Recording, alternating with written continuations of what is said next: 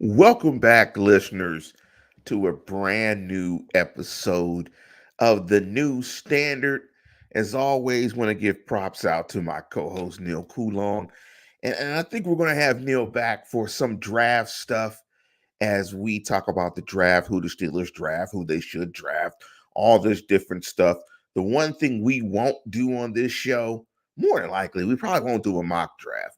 I'm not really a fan of mock drafts just because there's very little insight uh, typically that you have about what's going on inside someone's building. So we're probably not going to do any mocks for you, but we'll probably really just kind of give our thoughts on who we think they're going to select, particularly in the first round. But before we get into all that, thank you everybody for participating in the show.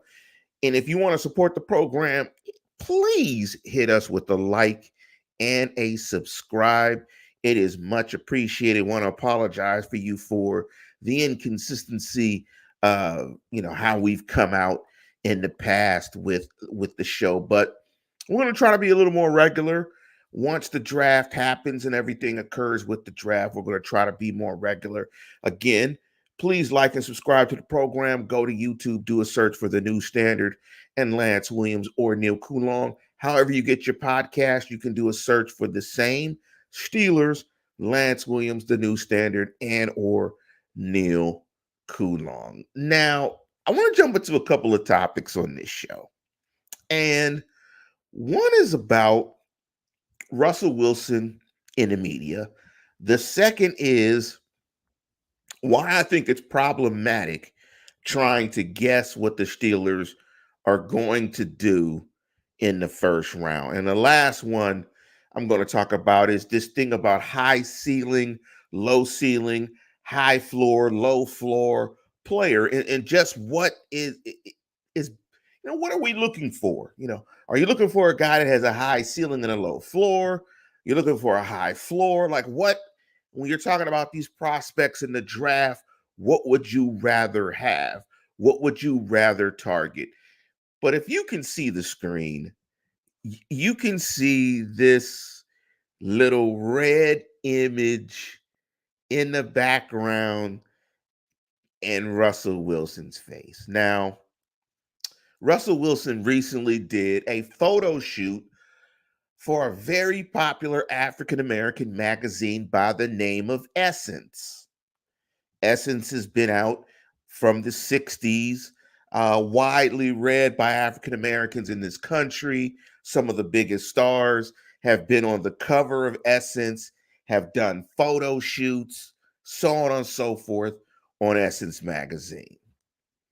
And new starting quarterback for the Pittsburgh Steelers, Russell Wilson, is featured prominently in this month's issue of Essence in a photo shoot. Now, the picture behind me is Russell Wilson. I think he's in a fur coat in one of the shots. One of the shots, he's channeling his inner Drew Down, his inner 90s R&B pop singer stuff where he has a chain and he's flexing his muscles. Pretty much, it's a pretty boy photo shoot. He's modeling. Uh, Essence has given him the opportunity to model and put his likeness out there and brand build. This is great, and this would be fantastic in any other city. But I'm gonna just use my Nipsey Russell ism real quick. City. I'm gonna construct a rhyme.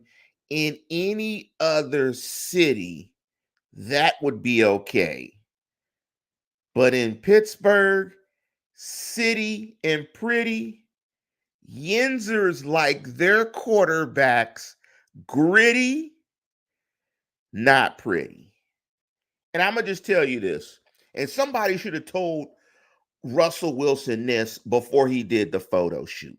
Now, interestingly enough, I don't know when he did the photo shoot.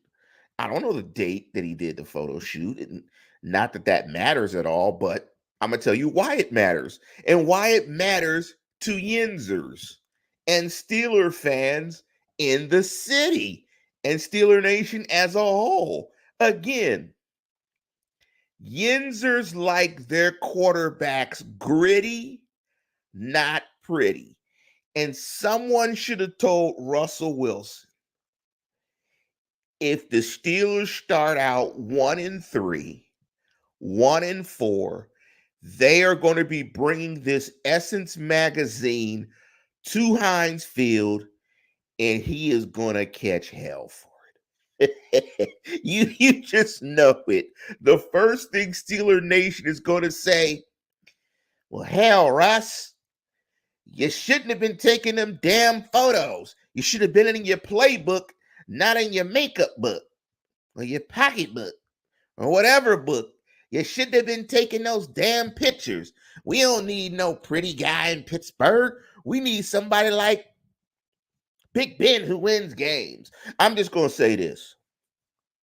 If it goes left early, it's going to be bad for Russ. The only thing that might save Russ in this, and I really think Russ has a strike one. I think somebody should advise Russ that Steeler fans don't want a pretty dude. They don't they don't want a pretty dude as their quarterback, right? They want somebody gritty that represents the city.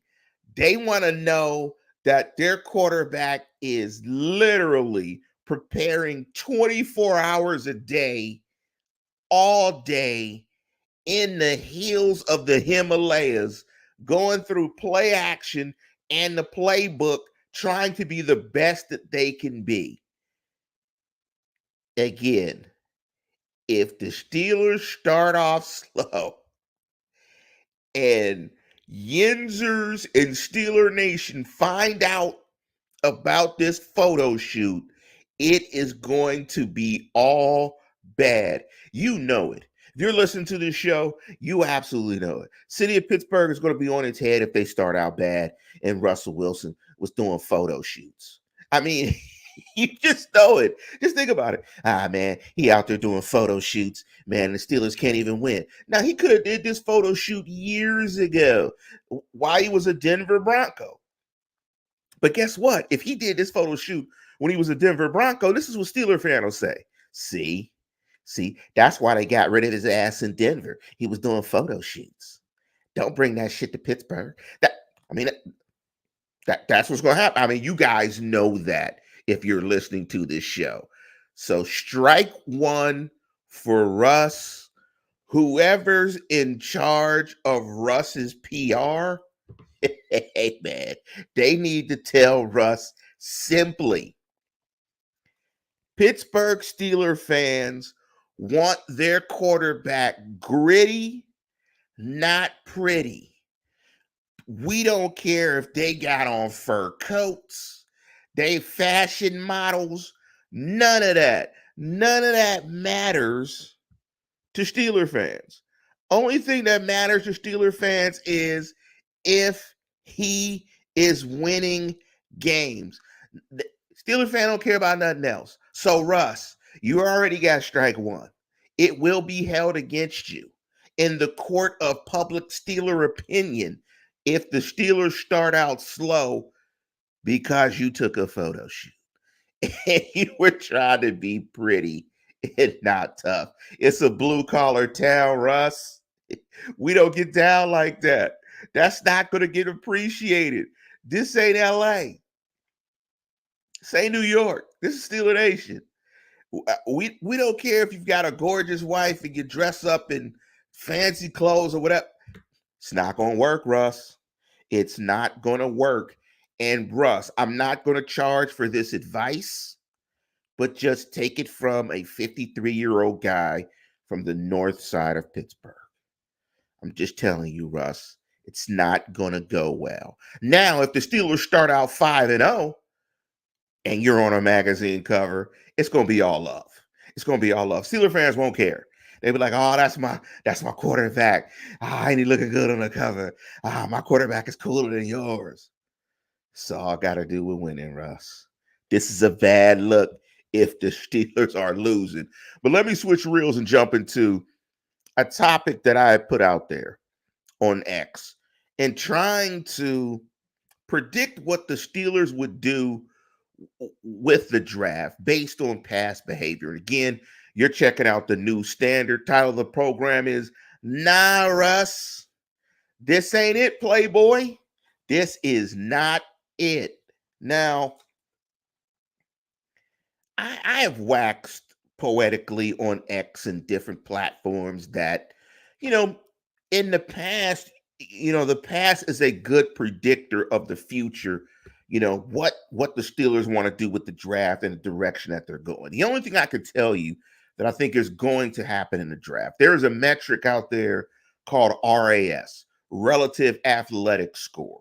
Relative Athletic Score, they take a bunch of metrics and measurables from players: height, weight, speed, 20-yard shuttle, 40-yard dash, bench press, and all of these different things, and put them together in an algorithm and come up with an athletic score that ranks from 0 to 10, 10 being fantastic. There's been some 10s, I believe. 9.999 would be your absolutely athletic, and it's super athletic for your position. It's also done by position. Now, the one thing I will say, which has been predictable by the Steelers, is they have drafted, particularly in the first round, high RAS guys. And actually, if you look at their drafts over the last few years, all of their guys tend to be high RAS guys. They tend to be very high on the athletic, physical trait side, that they fit the bill of being highly fast twitch, highly athletic dudes. Now, outside of that, given the way Khan operates, man, there's no way you can predict it. And Corey Hatcher said it best. He said, I have a hard time, and what's up, Coach C? I have a hard time using past behavior as an indicator for things based on perceived team needs and the actions of the front office. If you're in the media, popular Pittsburgh media, ESPN, myself, anyone that's doing shows, and you think you can figure out what the con artist is going to do, King Khan, King Khan ain't got shit on me. There is no way you can predict it. This front office is not your father's Pittsburgh Steelers front office. And I have to realize when I say that, I might be talking about myself, even though I think I'm talking about my pops. But millennials and you guys listen to the show might be thinking about me when I say that. But what I'm saying is, all that stuff about the Steelers and how they do business, that shit is gone. Kevin Colbert is out of here, and so is all of that. This is very much Tomlin's operation at the moment. And yes, it's been reported he's going to get the extension, I believe, in July. This is very much the Mike Tomlin con show. It is. There is nothing with the past regime, in my opinion, you can take as a measure for what they're going to do. Now, because I could say Steelers do a great job of developing wide receivers. That's why they're not going to draft a wide receiver in the first round. They'll take a wide receiver, in later rounds. I would have been very comfortable saying that 2 years ago, 3 years ago, 4 years ago. Very comfortable. I'd have been very comfortable saying they wouldn't draft a tackle in the first round. What did they do? Drafted a tackle in the first round. I would have been very comfortable saying they won't draft the same position in back-to-back seasons.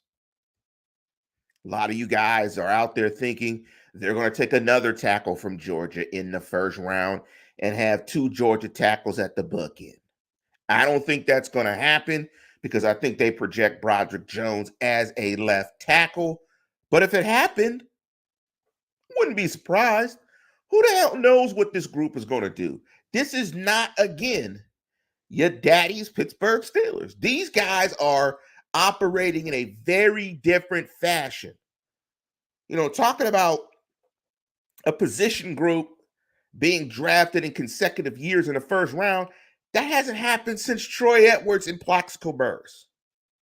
Could it happen this year? I wouldn't be surprised if it did. Nothing outside of drafting a place kicker or a punter in the first or second round would surprise me in this draft coming up. They have a vision of how they see the Steelers and how they want to operate moving forward. And I think that's just very hard to predict. You go on X and you go on Twitter, you go to these other platforms, people are trying to count the visits, how many the position groups that came in and trying to use that as a way, as a predict. Stop trying to predict this group. This group is this group. They do it how they do it. Be surprised by it on draft night because you're not going to get it right when you're trying to predict it. And it doesn't matter. I mean, the story really is who they draft and then how they develop. Last but not least, there's a topic I've been, kind of pushing around in my brain as we go into this draft season. And the more I understand about football, again, you're checking out the program, The New Standard. Nah, Russ, this ain't it, dog. This ain't it. The more I understand about the process, please like and subscribe to the program. Hit that like and hit the button. And let me actually, I got a couple of comments. Big up to Randy Wagner. And Randy is right. Uh, if Russell plays that pretty stuff, forget about it. He's absolutely right. he's he's absolutely right. So he is absolutely right. And big up to Felicia. And Felicia, I think, echoes a lot of what Steeler Nation is saying. I need a cornbread, beans, and rice fed center with that FAFO attitude. Hey, I mean, that wouldn't be bad in the interior of your offensive line. I think I would like that too. And that's why people don't care about that pretty stuff. It doesn't matter. But as I was thinking about this draft, and I was thinking about players, I was thinking about the terms that people kick around: low floor, high ceiling, low ceiling, and not to feel like I'm mansplaining or anything. High floor, high ceiling, it is what it is, right? High floor means you start at a high level. High ceiling means you essentially you have the opportunity to ascend to very high heights. You have a very high potential.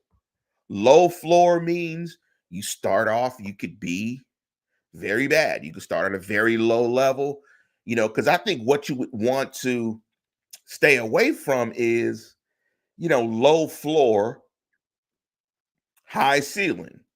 There's a lot of variability, in that range. So, I was trying to think to myself as I think about these things, what's ideal? What would a team really try to covet?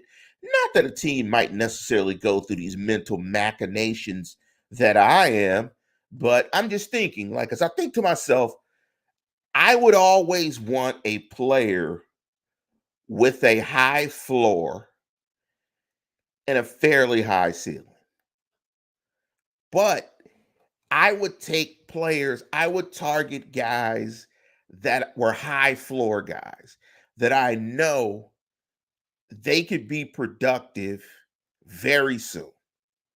That at a base level, even if they didn't have a high ceiling, if their floor was high enough, I could get great production out of those guys. I think an example: Kirk Cousins, high floor quarterback, not a high ceiling, not a very high ceiling. Now, and when I say high ceiling, I think a lot of times in the NFL, that is defined by physical traits. and physical characteristics. This player has a high ceiling because he has the physical traits to excel at a certain position. I think you always want to take high ceiling players, but I think you have to be careful about high ceiling players with lower floors the higher you are in the draft. I think when you're talking about high ceiling, very much developmental prospects, I would be looking at guys like that later in the draft. Uh, High floor or low floor, high ceiling. That's what I would be looking at. I would be looking at, and no, Corey, this is actually live. And I did give you a shout out, Corey, earlier about your point about this free agent group, or not the free agent group, the front office, and how you could not predict really what this front office is going to do. But that's just something that I'm pondering in my mind about high floor, high ceiling, because I think you could have a very good draft. That's one thing I want to talk about too before we get out of here. I think you could have a very good draft if you hit on high floor guys. Now, you may not get somebody special that's like Josh Allen that didn't have, I think, the highest of floors, but had a ceiling to space, right? And so now we're seeing just what he is as he's reaching that ceiling. He's absolutely ridiculous, right? So I just, but that was a high risk. That was a risk I wouldn't be comfortable with the Steelers taking in the first round, particularly with a quarterback. But at the same time, I think the Steelers, we saw they erred with Kenny Pickett. And Kenny Pickett, I think, was a high floor guy, low ceiling, because he lacked some physical traits that would make he lacked those physical tools like a Josh Allen. We see where that got the Steelers. So, I think it's just a delicate dance when it comes to those terms. And like Corey said, um, if they fill their needs with solid prospects, I'll be happy. I mean, ultimately, I think so too. I mean, ultimately, I think so that I'd be happy. And Ariel 75 asked me if Michael Penix Jr. is available at 51. Would you take him? No. I think they have the low floor, high ceiling quarterback prospect already in the building in Justin Fields. I wouldn't take Penix, but I think Penix throws a beautiful ball, but I wouldn't take Penix. I think they have that prospect already in Justin Fields. Now, I think the reason why it probably didn't work out well for Justin Fields in Chicago as hell is Chicago, and I don't think he had a very high floor. I think he was very much a developmental prospect, and he had like 3 or 4 damn offensive coordinators. So, I don't think it worked out. But the one thing I can guarantee with this front office, everybody that they get in the draft will be a high RAS player, an absolute high RAS player. To Ariel's point about Fields being a free agent next year, if Fields balls out, they are going to franchise him, period, and sign him to a long-term deal. And he'll be a Steeler for the foreseeable future. They'll give him the bag for sure. Because Tomlin will have his high ceiling, super high physical traits dude that's absolutely freaky. But before we get out of here, man, again, I want to thank all you guys for hopping onto the show. Please like and subscribe to the button. Subscribe to the show. Hit the like and subscribe button. Big up to my man Corey C. Corey Hatcher out there. And again, if you missed the beginning of the show, I was just simply saying Russ's photo shoot in essence is hilarious. And it is a strike in Pittsburgh. I am telling you. And you guys know it. If the Steelers start slow, Steeler fans gonna be bringing the photo shoot to the games and throwing the damn Essence magazine on the field. Like, it just, it's not gonna be good for us if it goes bad. You know how it's gonna go, Corey. You know how it's gonna go, Felicia. Why he modeling? He need to be in his playbook. He already got an R&B singer for a wife. He need to concentrate and focus more on football. You Corey, you know how it is in Steeler Nation. We want them gritty and not pretty. But with that, we're going to conclude the program. And as always, tune in, tell a friend, and subscribe. Before I get out of here, RIP to Mr. C, the finisher. DJ for Big Daddy Kane. RIP to you, brother. We out of here.